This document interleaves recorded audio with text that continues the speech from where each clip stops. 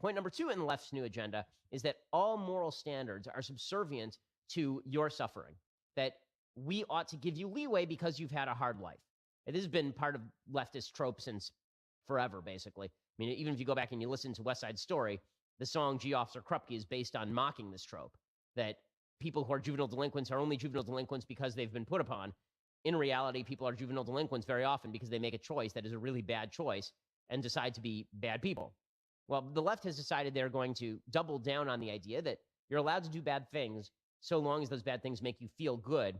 That's what this article is in the UK Daily Mail. It's an article by a woman named Gillian Ralph. She's a 69-year-old mother of a 47-year-old son. His name is Stephen. There's only one problem. Stephen has Down syndrome.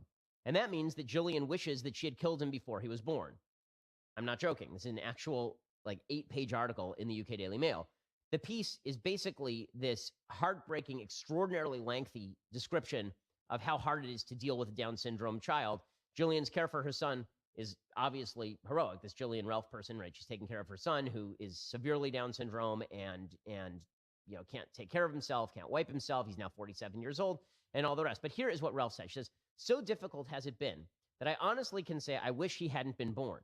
I know this will shock many. This is my son whom I've loved, nurtured, and defended for nearly half a century. But if I could go back in time, I would abort him in an instant. I'm now 69 and Roy is 70. Roy is her husband, and we'll celebrate our golden wedding anniversary next month. Perhaps you'll expect me to say that over time I grew to accept my son's disability, that now, looking back on that day 47 years later, none of us could imagine life without him, and that I'm grateful I was never given the option to abort. However, you'd be wrong, because while I do love my son and am fiercely protective of him, I know our lives would have been happier and far less complicated if he had never been born. I do wish I'd had an abortion. I wish it every day. If he had not been born, I'd probably have gone on to have another baby. We would have had a whole family life, and Andrew would have had the comfort rather than the responsibility of a sibling after we're gone. Instead, Stephen, who struggles to speak and function in the modern world, has brought a great deal of stress and heartache into our lives, and this is why I want to speak in support of the 92% of women who choose to abort their babies after discovering they have Down syndrome." Okay, so the second point in the Democratic platform, first point is intersectionality. Second point is this idea that subjective pain allows you to perform objectively sinful activities. So, point 1 in the Democratic platform, intersectionality. Point 2, subjective opinion, subjective feeling trumps objective moral standards. So, if you're somebody who's had to suffer with having to deal with a Down syndrome child, you should go out there and you should talk openly about the fact that you wish you'd killed that person before birth. Now, never mind that's deeply immoral.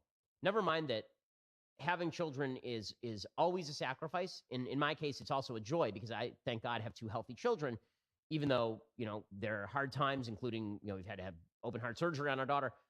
That doesn't mean that pain is a good excuse for obliterating another human life. How many people who are 60 years old have an 80-year-old parent who is suffering in the throes of dementia? Does that mean that it's moral to stick a pin in their arm, stick a needle in their arm, and just put them down like a dog? Does it mean that it's okay? When somebody is causing you insane amounts of pain, is it okay to go murder them? When that person is causing you grief and pain and difficulty, is it okay for you to actually go and kill that person? Of course, the answer is no. But in the Democratic agenda, it really is that our level of sympathy is supposed to trump objective morality and the value of human life. So that's prong number 2 in the Democratic platform. All of this is peculiarly self-centered.